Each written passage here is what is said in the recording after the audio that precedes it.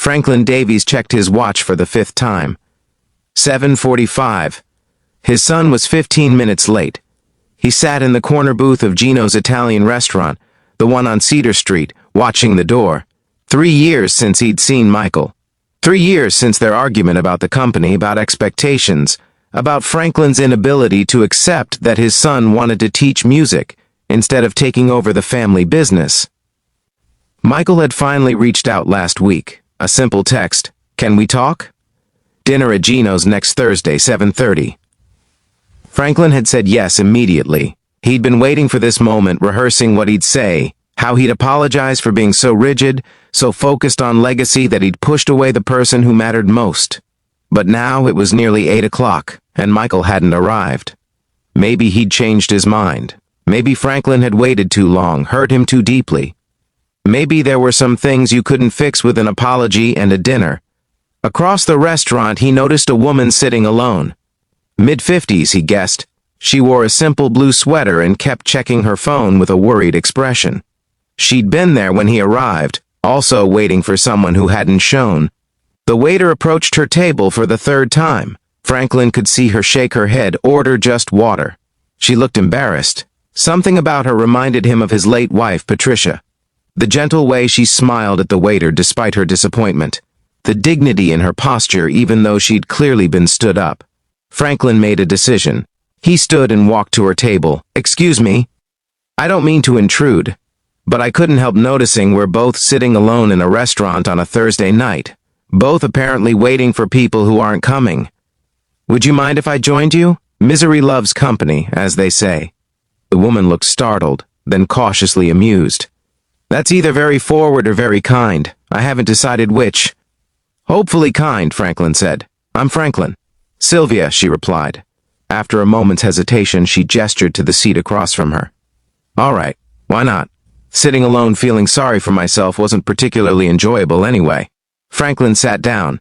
Up close, he could see the fine lines around her eyes, the tired but warm expression of someone who'd lived a full life. "So who stood you up?" Sylvia asked directly. "My son," Franklin admitted. "We've been estranged for 3 years. He suggested we meet here tonight. I thought maybe we could start rebuilding. But he's over 30 minutes late now." Sylvia's expression softened with understanding. "I'm sorry.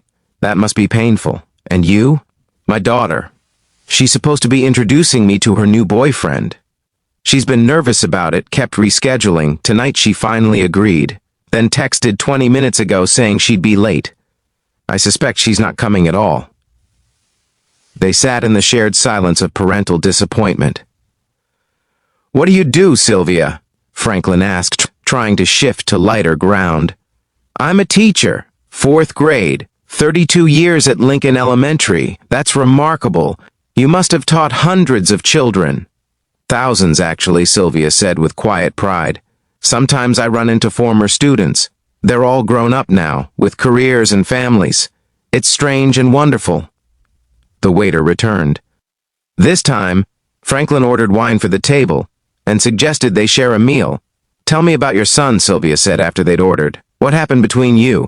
Franklin found himself talking, really talking, about building his manufacturing company from nothing, about assuming Michael would take it over, about the fight when Michael announced he wanted to be a music teacher instead. "I said terrible things," Franklin admitted. "I told him he was wasting his potential. That teaching was noble, but he could do so much more. I meant I wanted him to have security, success. But what he heard was that I didn't respect his dreams." Sylvia listened quietly. "Did you apologize?" "I tried. He wouldn't take my calls. Eventually I stopped trying. Told myself he needed space. But really, I think I was too proud to keep reaching out. And now? Now I'm 62. I sold the company last year. All that legacy I was so worried about, it's gone to strangers anyway, and my son won't speak to me. I'd give anything to take back those words." Sylvia reached across the table and briefly touched his hand. "Franklin, I've been teaching children for 3 decades, and one thing I've learned is that it's never too late to apologize, never too late to show someone you've changed. But you have to mean it. You have to actually change." "I want to," Franklin said, "but he's not even here." "Maybe he went to the wrong restaurant," Sylvia suggested gently. "You said Gino's. There are 2 in the city, one on Cedar Street, one on Maple." Franklin's heart stopped. What? My daughter made the same mistake once. Waited at the wrong location for 45 minutes before we figured it out. Franklin grabbed his phone with shaking hands. He called Michael's number. It went to voicemail. Michael, it's Dad. I'm at Gino's on Cedar Street. Are you at the other one? Call me, please. His phone rang 30 seconds later. Dad? I'm at the Gino's on Maple. I've been here since 7:15. I thought you weren't coming. I'm coming, Franklin said, standing abruptly. Stay there. I'm coming right now. He looked at Sylvia. I have to go. My son, he's been waiting at the other restaurant this whole time. Go, Sylvia said, smiling. Go fix this. Franklin hesitated. But you're alone. Your daughter. I'll be fine. This is more important. Thank you, Franklin said, for listening, for understanding, for reminding me it's not too late. He left cash on the table to cover both their meals and rushed to his car. The other Gino's was 15 minutes away. Franklin drove carefully despite his urgency. In the parking lot, he paused to steady himself. Through the window, he could see Michael sitting at a table, staring at his phone. His son looked older, tired, but he'd waited. Franklin walked in. Michael looked up. Their eyes met. Dad, Michael, I'm so sorry. I went to the wrong restaurant. I know. I was about to leave. Please don't, Franklin said. Please. I've waited 3 years for this. I'm not going to waste it. They sat down, ordered food neither of them really wanted, and then they talked. Franklin apologized, really apologized, not just for the fight, but for all the years of putting business before family, for measuring success in money instead of relationships, for not supporting Michael's dreams. I was wrong, Franklin said simply. You found your calling. You're doing important work shaping young lives. I'm proud of you. I should have said that 3 years ago. Michael's eyes filled with tears. I needed to hear that.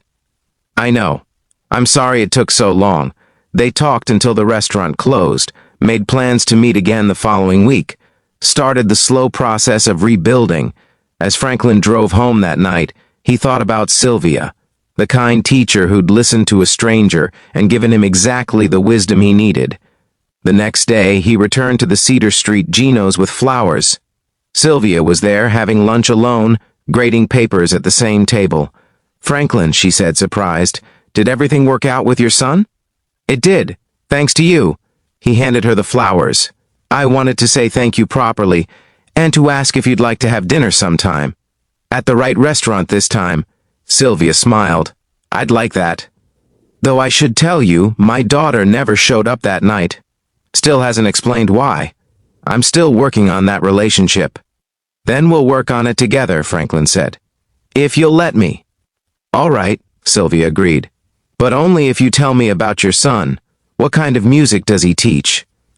And just like that, Franklin found himself sitting across from Sylvia again, talking about family and second chances and the strange ways life brings people together. 6 months later, Franklin attended one of Michael's school concerts. Sylvia came with him, their hands intertwined. Michael conducted the middle school orchestra through a beautiful piece. Franklin's chest swelled with pride. After the concert, Michael introduced Franklin to his students. This is my dad. He used to think business was the only important career, but he's learning. Franklin laughed. I'm learning a lot of things, mostly that I was wrong about almost everything that mattered. Sometimes our greatest mistakes lead to our greatest blessings. Sometimes waiting at the wrong place puts us exactly where we need to be. If this story moved you, please like, share, and subscribe. Comment about a wrong turn that led you to something right. Sometimes getting lost is how we find our way home.